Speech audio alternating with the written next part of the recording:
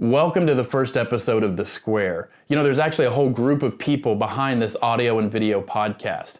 And when we sat down several months ago to begin to think through what this could be, we knew we wanted to highlight great projects and talk to designers and architects that were thought leaders and really get at the core of what it means to have human-centric design. But what we didn't think was that the first episode was going to be in my spare bedroom. Because of the ongoing COVID crisis, that's where it is, and it's important to us that TheSquare is relevant and applicable to the current time.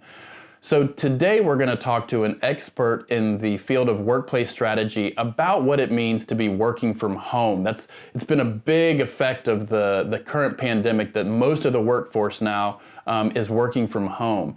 And so we're going to talk to Emily Strain, who's a VP at Corgan, about how to cope with that, both from an individual level and some tips and tricks to not go and stir crazy, but also from a corporate level, what it means to have a workforce that is now, instead of in one central location, spread out across the country.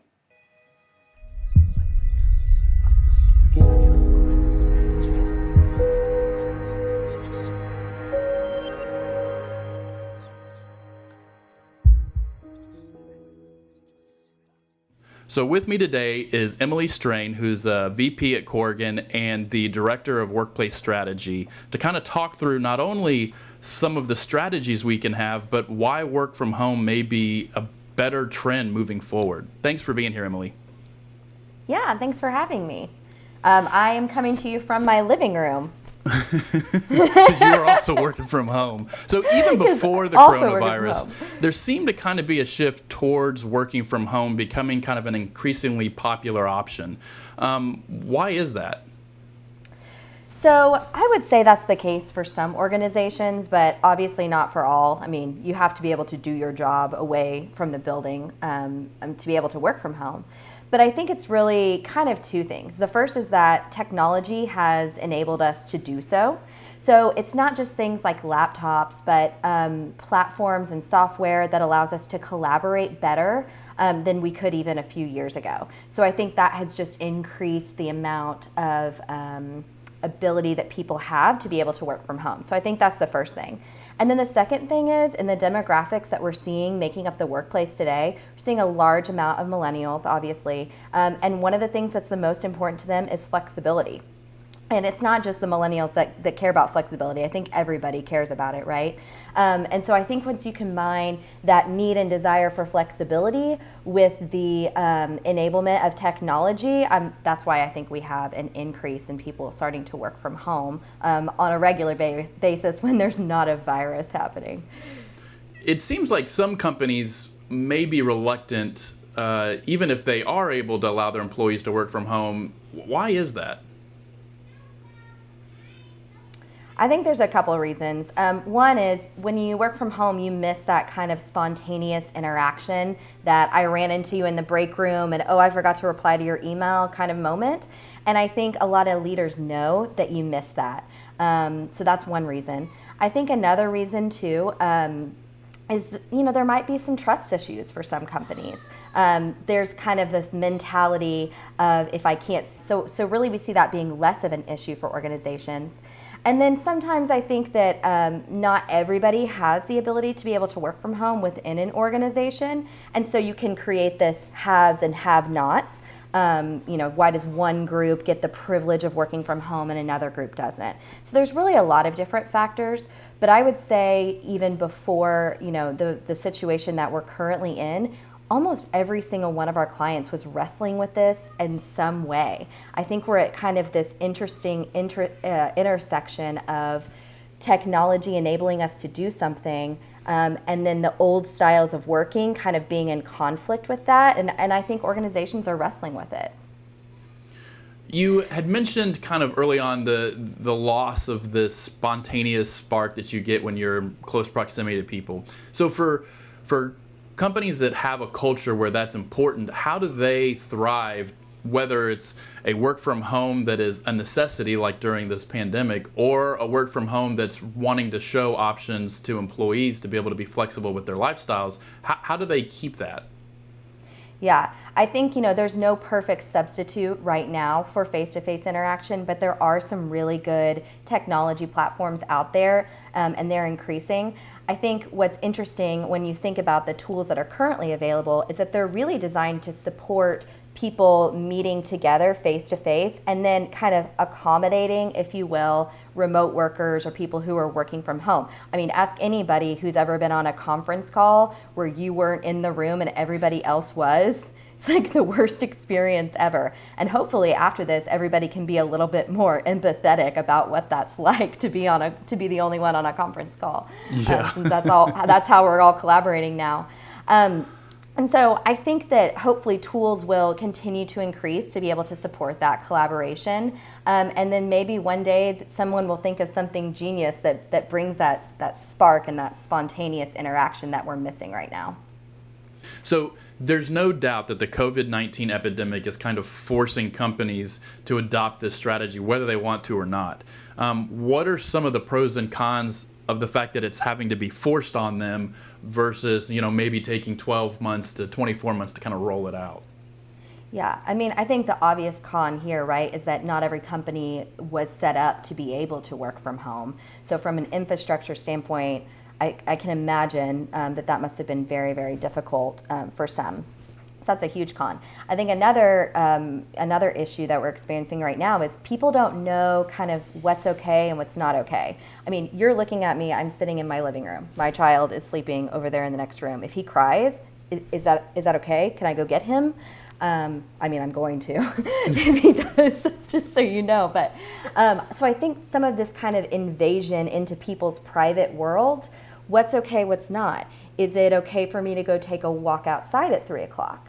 Do I need to be on my computer at 8? So some of the etiquette around how we engage in this sort of weird digital world, I don't think is defined yet.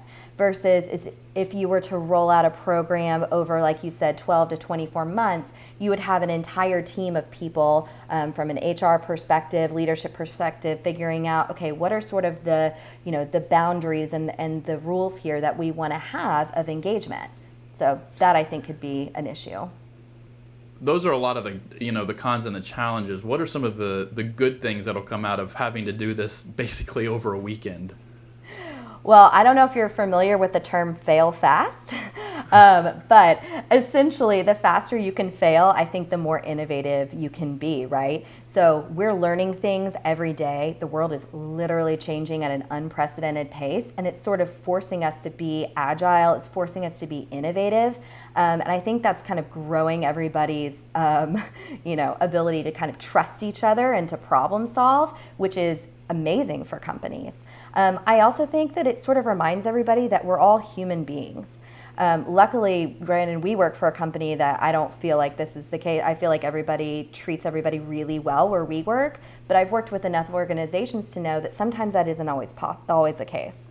And so I think that something like this has kind of made us take a step back and think, okay, how can we have a little bit of empathy here for each other? How can we take care of our fellow coworkers? And what's the best way to sort of deal with this as a culture? I overheard someone refer to working from home kind of as the new normal. And I struggle with that because, while it won't leave as quickly as it came, I do think that we'll push through and power through the COVID-19 crisis. But I'm curious what elements of work from home you think will stay and are kind of here as a result of an aftermath of this, and which ones will go. Yeah, I'm with you. I struggle in the fact that I think it's a little too soon to make predictions about, the future since this thing is just so unknown at the time. But what I do think is that it will change how people engage with each other. So I think that leaders might be a little bit more open to flexibility, realizing that employees can be productive when they work in different places other than just the office. And I think employees will realize that, the office is kind of good. I think there's a little bit of this grass is greener on the other side.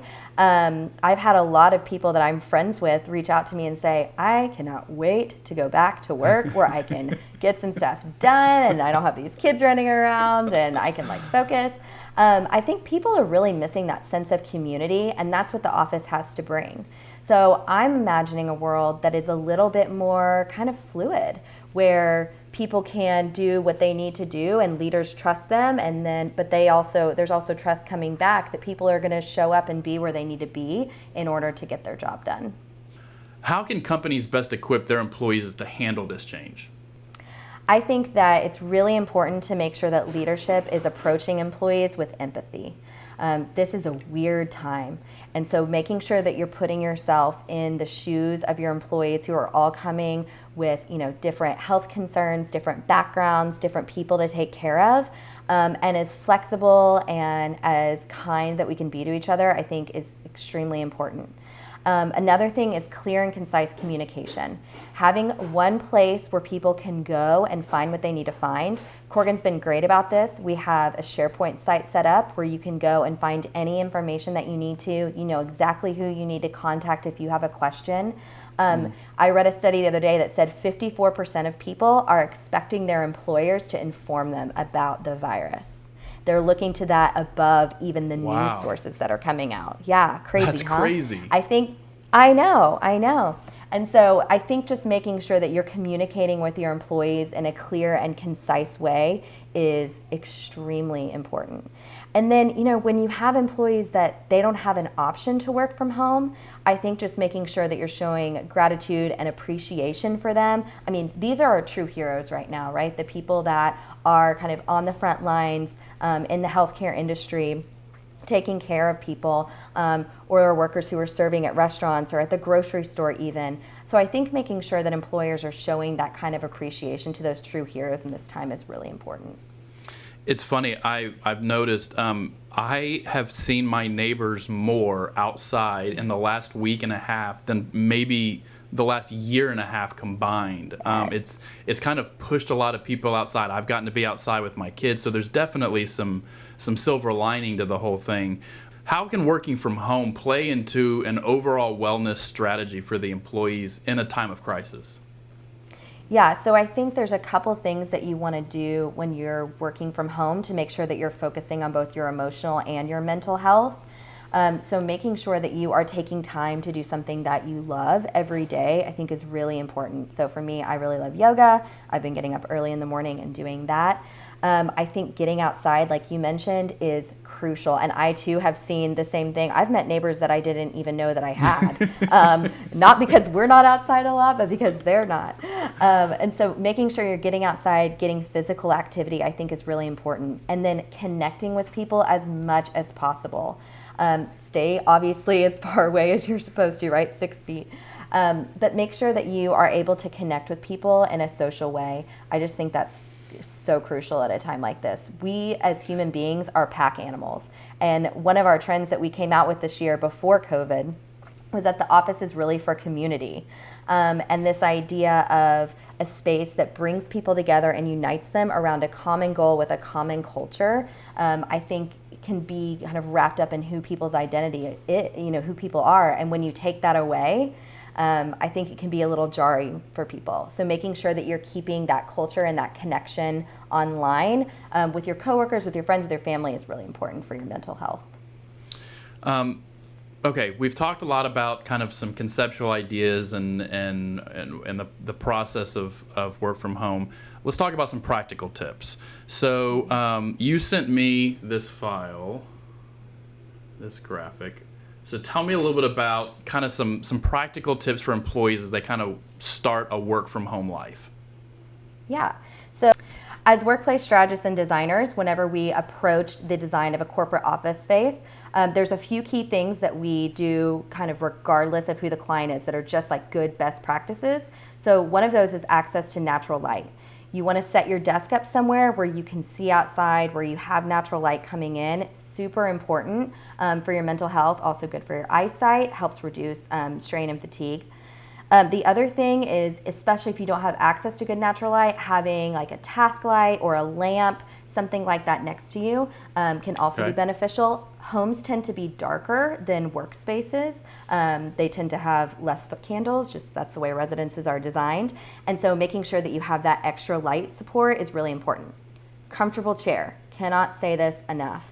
If you have the ability to stand, that would be great. Half the day I spend standing at my kitchen island, which is taller. The other half I spend sitting at my desk. So making sure you're kind of getting up and moving around is another important thing. And then I love to have like little things that I love around my desk. So one thing you cannot do in a corporate office environment is light candles. So I've been like, I'm working from home, I'm lighting my candle. That's what I'm gonna do. I'm right there with you. I love it. And then the last thing, which this is a huge trend right now in the corporate world, is what you're seeing behind me, which is providing something in the space that's green. So biophilic elements, plants, whether they're real or fake, just something that reminds you of nature, just has a really like calming, peaceful effect. So I would also incorporate that into your workspace. Awesome. So I definitely do not miss my commute. It's about 45 minutes each way. I would much rather spend that hour and a half at home with my wife and kids. But I've realized that one of the benefits of having that commute is it gives me a little bit of time to either gear in as I'm getting ready to go to work or kind of wind down as I'm coming home. And while it's great to be able to walk, 10 feet down the hall and see everyone, I'm realizing it's also harder to set boundaries to make sure that, you're having that separation, although it's not physical, mentally that separation. Do you have any tips for that? Yeah, so I think the first thing is setting expectations with the people that you're working with about when you're working and when you're not. So we have this saying on our team that's actually a Brene Brown saying that says, clear is kind. So being very clear about what your working hours are and when they're not. If you need to schedule a little lunch break for yourself and put it on your calendar so that you take that hour of lunch, or if you want to set a end stop at 5 o'clock on your calendar that you're done working for the day, I think making sure that the other people that you work with know your work hours is really important. So that's kind of step one. And then step two is trying to have that separation time between work and family time, or work and personal time. And so for me, what that looks like is putting down my phone, shutting down my computer. My desk has drawers in it, and so I literally take my computer and put it in my drawer and shut the drawer so that you can't see it. You don't want to see it. And so that can also be really helpful. So Emily, you've obviously done a lot of different research and, like you mentioned, webinars and kind of an expert in this field. But when it comes to a situation like this where it's practical and you're having to live it, give me like the best and worst things you're finding having to kind of actually go through this. I think the best thing has been what I'm sure it is for a lot of people, which is just getting to spend extra time with my family. I've also found that I've been more active. So I've been taking a bike ride every day, which has been really great. I think some of the negatives are, I truly really like the people that I work with and I want to be with them.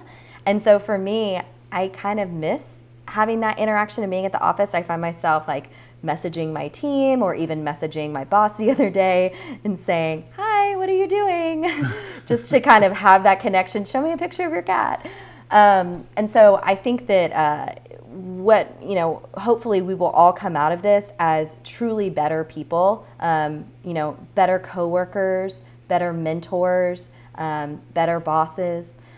I truly hope, and I do think that will happen because we will have all kind of been through an experience together, and I do think that will unite us. And I think that people will remember how their leadership handled this. And I will say, just from my own experience, I think our leadership has done a fantastic job of really communicating to us in a way that was realistic, clear, kind, and just making us realize that we are kind of all in this together as an organization. So hopefully this won't go on too much longer because my extroverted self could really use some other people around here. And I would love to come back and see you again in the office, Brandon, and run into you. So. Fair enough. Well, thank you so much for taking the time to jump on with us. This has been awesome. It's been super informative for me, and hopefully it will be for other people. And I'm hoping that you subscribe to the Square channel and that you're able to enjoy this both in video and audio, and check back in 2 weeks for our next episode. Thanks so much.